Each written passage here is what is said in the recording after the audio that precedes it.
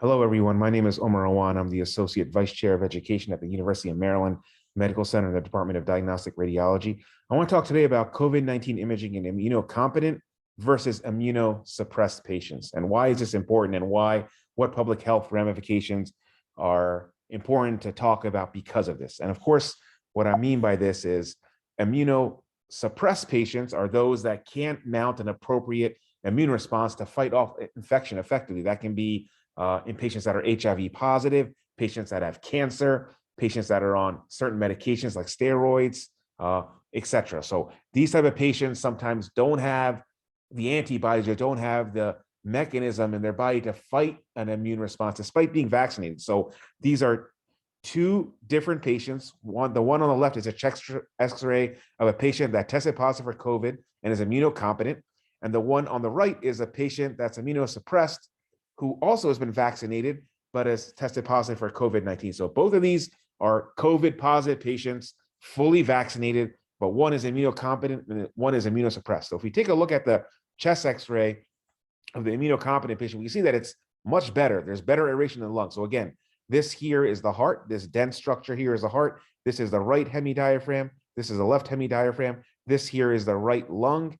This here is a left lung, and all this dark space in the lung is air, and that shows good, well aerated lung. But we do have some abnormalities because this patient did test positive for COVID. We can see that there's some patchy, linear, bright opacity here. This is like partial collapse of the lung, maybe some, vague inflammation at the lung bases. We can see that also on the left side. So, very typical for COVID to involve the dependent and peripheral aspects of the lung. But overall, the imaging findings are very mild in this immunocompetent patient that's been vaccinated against COVID-19.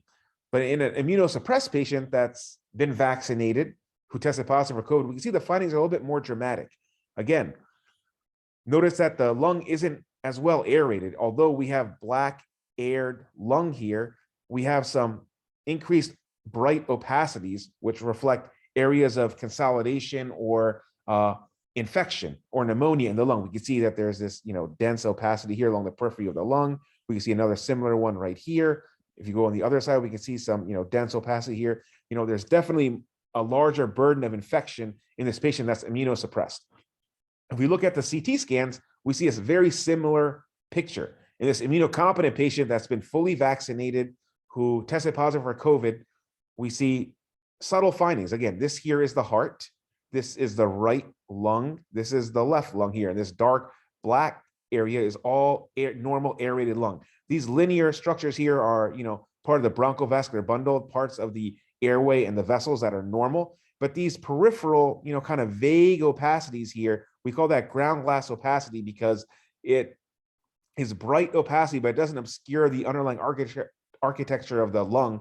These are areas of inflammation and infection from COVID pneumonia. Typically, COVID pneumonia involves the periphery of the lung and the bases of the lung. And you can see that here bilaterally. And you can see that at the lung bases as well. But again, the findings here are pretty mild compared to the immunosuppressed patient that we're going to look at right here, where we have really dense consolidation at the lung bases. This is profound pneumonia in a patient that's been immunosuppressed. And this is consolidation. This is not ground glass opacity because this bright opacity is completely obscuring the underlying lung architecture. We can't see the underlying lung architecture through this opacity like we were able to see here. This is vague, and we can actually still see black lung architecture. Here, we cannot see black lung architecture. So this is frank consolidation and pneumonia at the lung bases.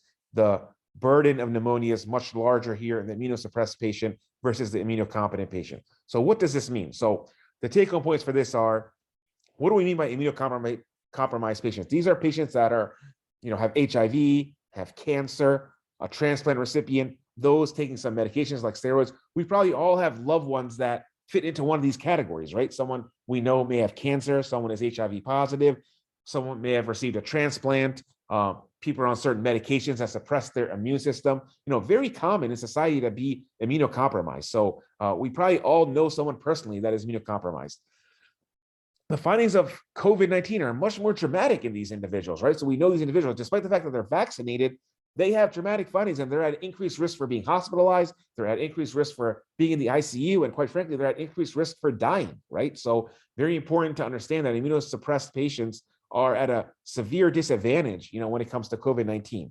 So this is really a major impetus for us to wear a mask, right? So the reason why we wear a mask is not only to protect us from the infection, but you can literally, an immunocompetent person can literally be asymptomatic and test positive for COVID, but you should still wear a mask, because even though you have no symptoms, you can then, pass on, infected air droplets to an immunosuppressed patient who can then get infected, of course, be hospitalized, maybe go to the ICU, and God forbid, actually die, right? So, despite the fact that it has no effect on you, the infection, it can have dramatic effects on somebody else who's immunocompromised, maybe even a loved one of yours, right? So very important to do this, do your part, and do this for others. Do this to protect yourself, but more importantly, do this to protect others in society, right? So a huge impetus for us to wear masks. I hope everyone wears masks. I hope everyone gets vaccinated. Thank you so much for your attention.